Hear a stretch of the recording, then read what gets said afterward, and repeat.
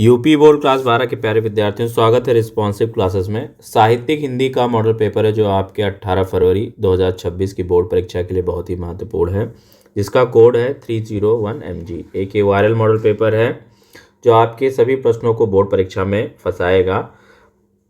बात करें तो पूर्णांक आपका बच्चों 100 अंकों का होगा और समय परीक्षा में आपको 3 घंटे 15 मिनट मिलेंगे। ये बात आप सभी को पता है। प्रारंभ के 15 मिनट परीक्षार्थियों को प्रश्न पत्र पढ़ने के लिए निर्धारित है। इस प्रश्न पत्र में बच्चों 2 खंड है, दोनों खंडों के सभी प्रश्नों के उत्तर देना अनिवार्य है। तो सबसे पहले बच्चों हम खंड का को करेंगे। तो बच्चों हम आपको बता दें कि पूरे मॉडल पेपर को हम आंसर के साथ एक्सप्लेन करने वाले हैं, तो सभी लोग पूरा वीडियो ध्यान से शुरुआत से अंत तक जरूर देखेंगे। प्रश्न आपका खंड का में बच्चों प्रश्न संख्या 1 और 2 में आपके 5-5 बहुविकल्पीय प्रश्न आते हैं। तो कुल मिला के बच्चों 10 बहुविकल्पीय प्रश्न हो जाते हैं आपके, और ये 10 बहुविकल्पीय प्रश्न इन सभी मॉडल पेपर से सभी आपके फंस जाएंगे। तो बच्चों सबसे पहले हम यहाँ पे प्रश्न संख्या पहले का देखेंगे। अयोध्या सिंह उपाध्याय हरियोध की रचना है। प्रश्न पूछा गया है अयोध्या सिंह उपाध्याय हरियोध की रचना है। ऑप्शन नंबर 1 है कल्पवृक्ष, दूसरा है ठेठ हिंदी का ठाठ, तीसरा है माटी हो गई सोना, और चौथा है तट की खोज। तो अयोध्या सिंह उपाध्याय हरियोध द्वारा लिखित है ठेठ हिंदी का ठाठ, और ठेठ हिंदी का ठाठ ये अयोध्या सिंह उपाध्याय हरियोध का बच्चों क्या है, ये एक उपन्यास है। ये इनका एक उपन्यास है। जबकि बात करें कल्प वृक्ष की, तो कल्प वृक्ष बच्चों वासुदेव शरण अग्रवाल द्वारा रचित एक रचना है। और माटी हो गई सोना ये बच्चों कन्हैयालाल मिश्र प्रभाकर जी की रचना है। और बात करें तट की खोज, तो ये हरिशंकर परसाई की रचना है। तट की खोज क्या है, किसकी है? हरिशंकर परसाई की रचना है। प्रश्न संख्या पहले का खा वाला देखेंगे बच्चों। गुलाब राय की रचना मेरी असफलताएं की विधा है। तो बच्चों मेरी असफलताएं क्या है? गुलाब राय जी की उपन्यास है, नाटक है, निबंध है, या फिर आत्मकथा है। गुलाब राय द्वारा रचित मेरी असफलताएं, तो आप ध्यान रखना कि मेरी असफलताएं किसने लिखा है? गुलाब राय जी की रचना है। और ये गुलाब राय जी की क्या है? आत्मकथा। तो विधा कौन सी हो गई? ये आत्मकथा विधा की रचना है। ऑप्शन नंबर चौथा यहाँ पे सही हो जाएगा। प्रश्न संख्या पहले के गा की बात करेंगे। ब्राह्मण पत्रिका के संपादक हैं बालकृष्ण भट्ट, धर्मवीर भारती, कमलेश्वर, प्रताप नारायण मिश्र। तो ब्राह्मण पत्रिका के संपादक बच्चों प्रताप नारायण मिश्र हैं। प्रताप नारायण मिश्र जी भारतीय युग के प्रसिद्ध लेखक हैं, और इन्होंने ब्राह्मण पत्रिका का संपादक किया था। ये आपको ध्यान में रखना है। जबकि प्रताप नारायण मिश्र जो हैं ब्राह्मण पत्रिका के संपादक हैं। जबकि बालकृष्ण भट्ट की बात करें तो बालकृष्ण भट्ट ने हिंदी प्रदीप का संपादन किया था। ठीक है, ये भी आप रखेंगे। बालकृष्ण भट्ट ने हिंदी प्रदीप नामक पत्रिका का संपादक किया था, ये आप ध्यान रखेंगे, ये भी पूछा जाता है। फिर घा वाला प्रश्न बच्चों देख रहे हैं। हजारी प्रसाद द्विवेदी की रचना है चिंतामणि, पंच परमेश्वर, कुटज, चंद्रकांता। तो हजारी प्रसाद द्विवेदी की रचना आपकी कुटज है। कौन सी बच्चों? कुटज है। ऑप्शन नंबर तीसरा यहाँ पे सही हो जाएगा। और ये जो कुटज है बच्चों, तो ये विधा क्या है बच्चों? तो कुटज ये एक प्रसिद्ध ललित निबंध है। ये हजारी प्रसाद द्विवेदी जी का क्या है? ये निबंध है। जबकि बात करें चिंतामणि, तो चिंतामणि रामचंद्र शुक्ल की रचना है। जबकि पंच परमेश्वर किसकी रचना बच्चों? प्रेमचंद की, है ना। प्रेमचंद क्या थे? महान कहानीकार थे। तो पंच परमेश्वर किसकी है? प्रेमचंद की है। और चंद्रकांता की बात करें तो देवकी नंदन खत्री की है। चंद्रकांता किसकी बच्चों? देवकी नंदन खत्री की रचना है। पहले का अंगा वाला देख रहे हैं बच्चों। कन्हैयालाल मिश्र प्रभाकर की रचना है। कन्हैयालाल मिश्र प्रभाकर की रचना है तो मेरे विचार, और ये उनका क्या है? निबंध संग्रह है। कन्हैयालाल मिश्र प्रभाकर की रचना मेरे विचार है। ऑप्शन नंबर यहाँ पे चौथा आपका सही हो जाएगा। परख बच्चों किसकी है? तो परख जो है ये जयनेंद्र कुमार की रचना है। और बात करें 100 अजान एक सुजान, 100 अजान एक सुजान, ये किसकी रचना है? तो ये बालकृष्ण भट्ट जी की रचना है। चलिए बढ़ते हैं अगले प्रश्न पे। दूसरे का है प्रश्न संख्या दूसरे का है हिंदी का प्रथम उपन्यास है। हिंदी का प्रथम उपन्यास है, तो बच्चों हिंदी का प्रथम उपन्यास परीक्षा गुरु को माना जाता है। ऑप्शन नंबर दूसरा आपका सही हो जाएगा। और इसकी रचना किसने की थी? तो परीक्षा गुरु की रचना लाला श्रीनिवास दास जी ने की थी, और ये हिंदी का प्रथम मौलिक उपन्यास माना जाता है। जबकि गोदान की बात करें तो बच्चों गोदान प्रेमचंद का अंतिम महान उपन्यास था। अब आपको बच्चों कमेंट करके बताना है कलम का सिपाही किसकी रचना है। दूसरे का खा की बात करें तो हुंकार काव्य के रचयिता हैं, तो हुंकार काव्य के रचयिता बच्चों हैं रामधारी सिंह दिनकर है। चलिए बढ़ते हैं अगले प्रश्न पे। प्रयोगवादी काव्य, तो ये आपका दूसरे का खा वाला क्या हो जाएगा? तीसरा वाला सही हो जाएगा। दूसरे का गा है प्रयोगवादी काव्यधारा के प्रमुख कवि हैं। प्रयोगवादी काव्यधारा के प्रमुख कवि हैं बच्चों, तो शमशेर बहादुर सिंह है। ऑप्शन नंबर चौथा सही हो जाएगा। तीसरा तार सप्तक का प्रकाशन वर्ष है बच्चों, तो तीसरा तार सप्तक बच्चों 1959 में, ठीक है। तीसरा तार सप्तक 1959 में प्रकाशित हुआ था। और तार सप्तक का प्रकाशन किसने स्टार्ट किया था? तो सच्चिदानंद हीरानारायण वात्स्यायन अज्ञे जी ने, तो डायरेक्ट अज्ञे भी हम इनको बोल सकते हैं। प्रथम तार सप्तक की बात करें बच्चों तो 1943 में प्रकाशित हुआ। दूसरे तार सप्तक की बात करें बच्चों तो 1951 में प्रकाशित हुआ। और तीसरा जो तार सप्तक है बच्चों वो आपका 1959 में प्रकाशित हुआ। तो इन 3 डेट्स को आपको याद रखना है, तीनों ही आपकी परीक्षा के लिए इंपॉर्टेंट है। दूसरे का अंगा है बच्चों पल्लव से अवतरित कविता परिवर्तन के रचयिता हैं, तो सुमित्रानंदन पंत हैं। ऑप्शन नंबर दूसरा आपका सही हो जाएगा। फिर तीसरा प्रश्न आपका आता है बच्चों गद्यांश पर आधारित प्रश्न होता है। यहाँ पे आपको तीसरे प्रश्न में 2 गद्यांश दिए जाएंगे, कोई एक गद्यांश आपको अटेम्प्ट करना है जो आपको अच्छे से आता होगा। तो यहाँ पे हम मोस्ट इम्पॉर्टेंट गद्यांश ले रहे हैं आपके लिए बोर्ड परीक्षा के लिए। दोनों ही गद्यांश अभी तैयार करेंगे आप, क्योंकि कोई ना कोई आपकी परीक्षा में ज़रूर फंसेगा। यहाँ पे मोस्ट इम्पॉर्टेंट रिपीटेड गद्यांश है, मैं पढ़ रहा हूँ।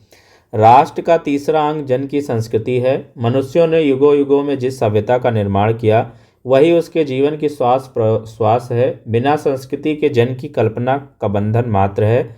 संस्कृति है जन का मस्तिष्क है। संस्कृति के विकास और अभ्युदय के द्वारा ही राष्ट्र की वृद्धि संभव है। राष्ट्र के समग्र रूप में भूमि और जन के साथ साथ जन की संस्कृति का महत्वपूर्ण स्थान है।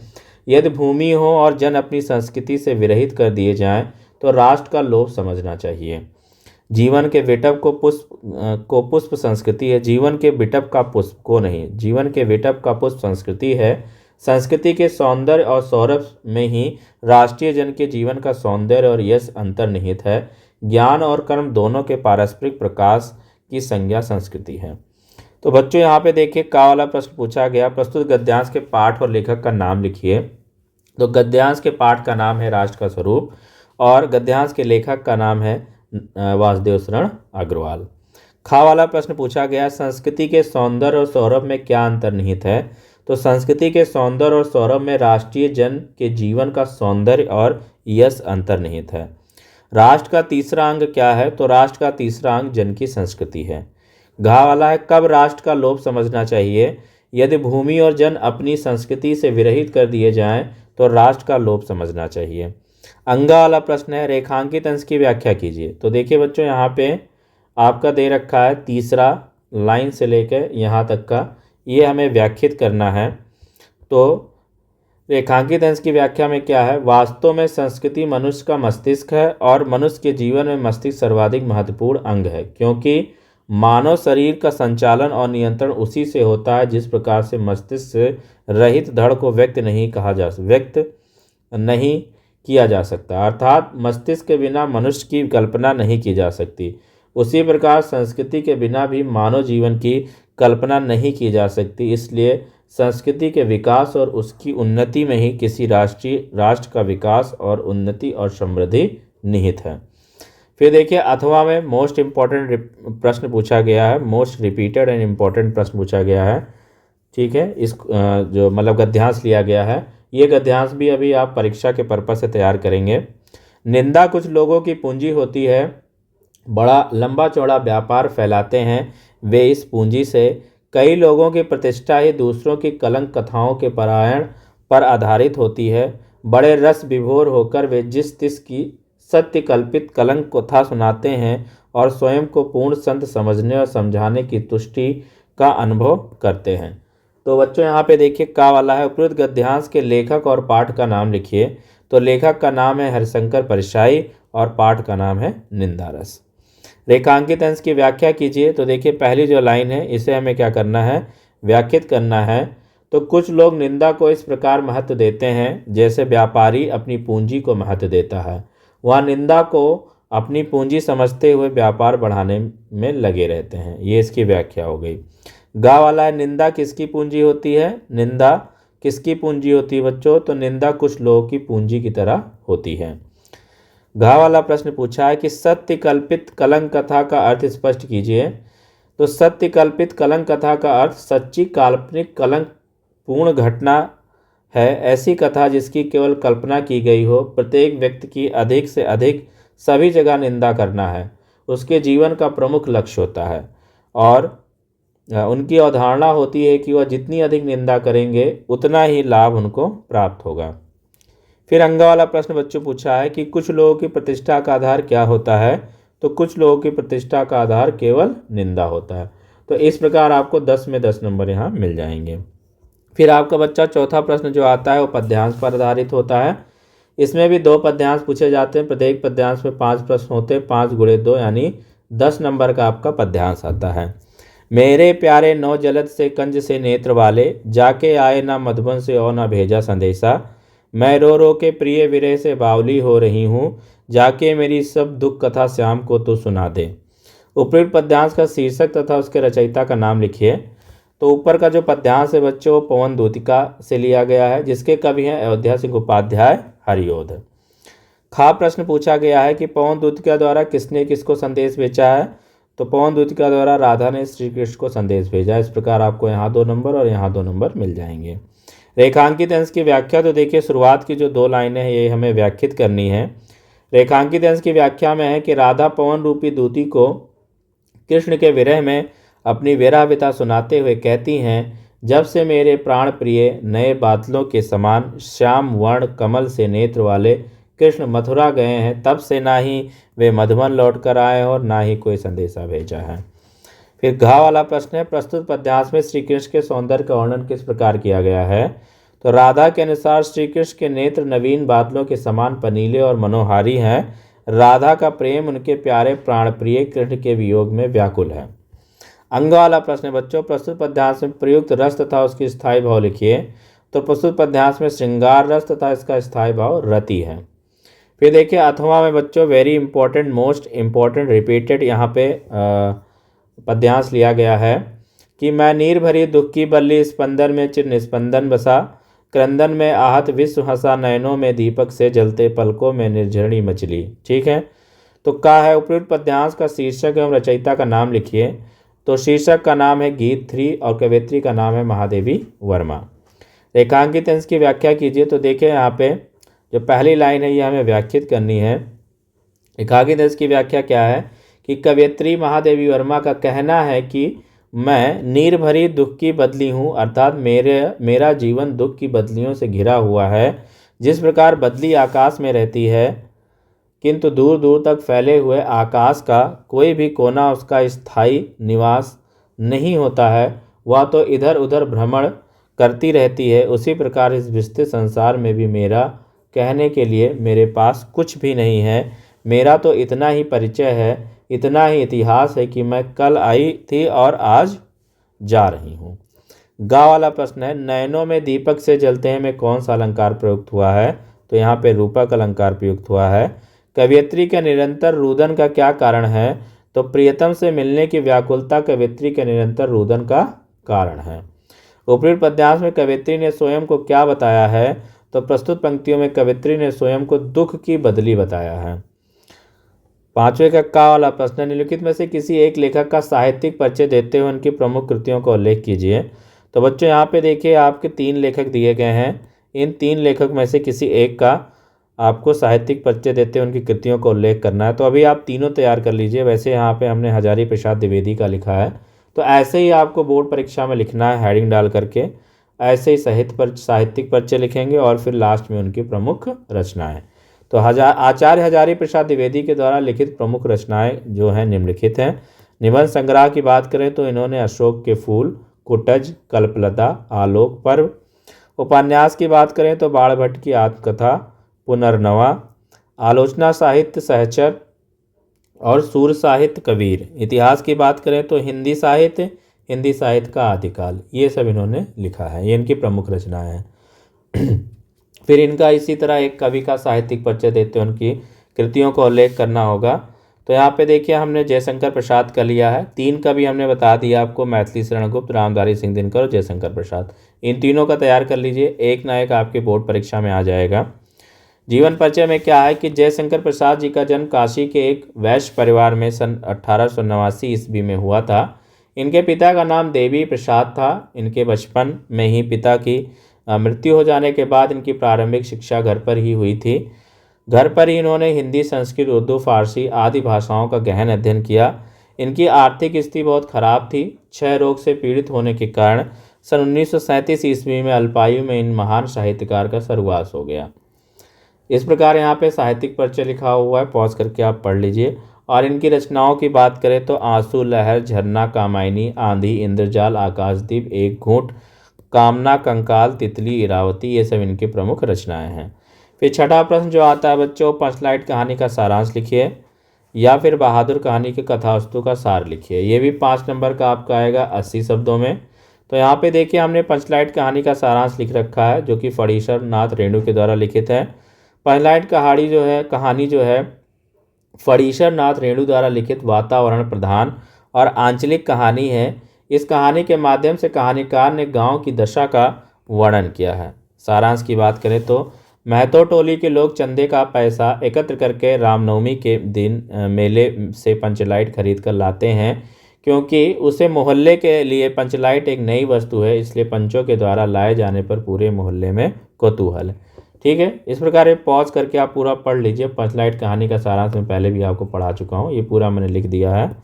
फिर 7वां प्रश्न बच्चों आता है वो आपके स्वपठित खंड काव्य के आधार पर किसी एक खंड के प्रश्न का उत्तर देना होता है, 5 नंबर का।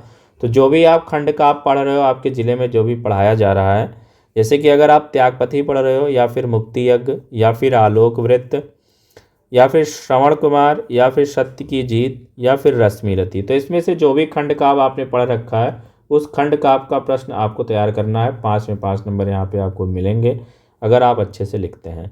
फिर खंड खा बच्चों यहाँ पे आ जाएंगे, जो कि अनिवार्य संस्कृत का पार्ट है। इसमें गद्यांश और श्लोक का संदर्भ सहित अर्थ लिखना होता है। 2 नंबर संदर्भ के और 5 नंबर अर्थ लिखने के, यानी कुल मिला के 7 नंबर गद्यांश से मिलेंगे, संस्कृत गद्यांश से, और 7 नंबर श्लोक से। तो ये 14 नंबर आपके हो गए। यहाँ पे हमने बहुत ही इंपॉर्टेंट मोस्ट रिपीटेड गद्यांश ले रखा है, संस्कृत गद्यांश, इसको आप पढ़िएगा बच्चों। और प्रस्तुत गद्यांश के आधार पर हमें इसका संदर्भ लिखना है। तो प्रस्तुत गद्यांश हमारी पाठ्य पुस्तक संस्कृत दिग्दर्शिका के संस्कृत भाषाया महत्तम नामक पाठ से अवतरित है, और जिसका यहाँ पे हमने इसका अनुवाद भी लिख दिया है कि संस्कृत का साहित्य सरस तथा व्याकरण सुनिश्चित है। उसके गद्य एवं पद्य में लालित्य भाव, अभिव्यक्ति की सामर्थ्य और अनुपम श्रुति माधुर्य है। अधिक क्या कहें, चरित्र निर्माण की जैसी अच्छी प्रेरणा संस्कृत साहित्य देता है वैसी कोई अन्य साहित्य नहीं देता। मूलभूत मानवीय गुणों की जैसी विवेचना संस्कृत साहित्य में है वैसे अन्यत्र नहीं है। फिर यहाँ पे देखिए मोस्ट रिपीटेड और इम्पॉर्टेंट दूसरा हमने ऑप्शन वाला गद्यांश भी लिखा है, और इसका यहाँ पे संदर्भ लिखा है, जो कि महामना मालवीय नामक पाठ से ये अवतरित है, और यहाँ पे इसका मैंने अर्थ लिखा है, पॉज करके पढ़ लीजिए। फिर देखिए यहाँ पे मोस्ट रिपीटेड, यहाँ पे हमने श्लोक लिया है, इस श्लोक का संदर्भ सहित अर्थ लिखना है। तो प्रस्तुत श्लोक हमारे पाठ्य पुस्तक संस्कृत दिग्दर्शिका के सुभाषित रत्नान नामक पाठ से अवतरित है, और इसका अर्थ आपको तैयार करना है। इसी प्रकार ऑप्शन में ये दे रखा है, ये भी आपको तैयार करना है, दोनों ही इंपॉर्टेंट है। फिर बच्चों यहाँ पे 4 प्रश्न उत्तर आपको दिए जाएंगे, कोई 2 प्रश्न आपको करना है, 2-2 नंबर के होंगे, 4 नंबर यहाँ से आपको मिल जाएंगे। तो यहाँ पे मैंने मोस्ट इंपॉर्टेंट प्रश्न उत्तर लिखे हैं, इसको याद कर लीजिएगा। फिर रस छंद अलंकार से बच्चों आता है 2 नंबर श्रृंगार रस से, 2 नंबर अलंकार से और 2 नंबर छंद के। 6 नंबर आपको ये तैयार करना है, ये तो कॉमन है, आपको सभी मॉडल पेपर में आपको बता रहा हूँ, इसको तैयार कर लीजिए। फिर बच्चों आपका 9 नंबर का एक निबंध आएगा, तो निबंध भी आपको तैयार करना है, जैसे कि यहाँ पे आपको 4 से 5 ऑप्शन में मिलेंगे, कोई एक पे लिखना होगा। फिर यहाँ पे ग्रामर स्टार्ट हो जाता है। नैनम का संधि विच्छेद बताना है तो ने प्लस अनम अयादि संधि। कलाविव का संधि विच्छेद बताना है तो कलो प्लस यू। वृद्धा का संधि विच्छेद तो वृद्ध प्लस धा, ये वृद्धा। फिर निम्नलिखित में से किसी एक पद का समास का नाम लिखिए। तो बच्चों अनुरूपम में मुझे समास बताना है, तो अनुरूपम में अव्ययी भाव समास है। श्रेष्ठ पुरुषा, श्रेष्ठ पुरुषा में बच्चों आपका कर्मधारय समास है। कौन सा समास है? तो यहाँ पे कर्मधारय हो जाएगा। और भरपेट में भी क्या हो जाएगा बच्चों? तो यहाँ पे अव्ययी भाव समास हो जाएगा। ठीक है। 13वां प्रश्न आपका आता है, प्रार्थना पत्र लिखना होता है। यहाँ पे मोस्ट रिपीटेड और इम्पोर्टेंट मैंने प्रार्थना पत्र लिख रखा है, इसको आपको तैयार करना है। पहला है कि बैंक खाता खोलने के लिए बैंक प्रबंधक को प्रार्थना पत्र लिखिए, या फिर अपनी गली मोहल्ले की नालियों को समुचित सफाई के लिए नगर निगम के स्वास्थ्य अधिकारी को पत्र लिखिए। तो यहाँ पे नगर निगम के स्वास्थ्य अधिकारी को पत्र हमने लिखा है, कुछ इसी पैटर्न पे लिखेंगे। फॉर्मेट आपका यही होगा, सेवा में स्वास्थ्य अधिकारी नगर निगम अपने शहर का नाम। ठीक है। मोहल्ले की नालियों की, अब इससे क्या डालेंगे? मोहल्ले की नालियों की सफाई हेतु अनुरोध। महाशय लिख के अपना पूरा फॉर्मेट इस प्रकार लिखेंगे, और लास्ट में धन्यवाद लिख के सादर में आपका नाम पता ये सब कुछ नहीं लिखना है। नाम मत लिखना, यहाँ पे क ख ग लिख देना, पता में भी क ख ग, और संपर्क नंबर में भी क ख ग। तारीख अपना डाल देना जिस तारीख में आपका पेपर होगा। फिर बच्चों यहाँ पे 14वां प्रश्न है जो संस्कृत व्याकरण से पूछा गया है। निम्नलिखित में से किसी एक शब्द के धातु में प्रत्यय का योग स्पष्ट कीजिए। तो बच्चों कटुता में जो है कटु धातु है, कौन सा धातु है? कटु धातु है, और प्रत्यय है तल प्रत्यय है। ठीक है। प्रभुता में प्रभु धातु है, और प्रत्यय कौन सा है? तल प्रत्यय है। गता में गम धातु है, और उक्ता प्रत्यय है। फिर बच्चों यहाँ पे देखिए अगला प्रश्न पूछा, किसी एक शब्द का प्रत्यय लिखिए। तो महत्ता में बच्चों तल प्रत्यय है, पठिता में उक्त प्रत्यय है, और प्रेषिता में भी उक्त प्रत्यय है। ठीक है। फिर यहाँ पे आ जाइए विभक्ति तथा संबंधित नियम। रेखांकित पदों में किसी एक पद में प्रमुख विभक्ति तथा संबंधित नियम का उल्लेख कीजिए। आकाशा छात्र समम स्नाति, तो छात्र और छात्र में कौन सी विभक्ति बच्चों? यहाँ पे तृतीया विभक्ति है, बहुवचन। और ये किस सूत्र से हो जाएगा? सह युक्ते अप्रधाने, यानी सह सार्थम समम यहाँ पे हो तो वहाँ पे तृतीया विभक्ति लगाते हैं। तो ये मैंने आपको एक्सप्लेन कर दिया। इसी प्रकार श्री गणेशाय नमः में चतुर्थी विभक्ति है।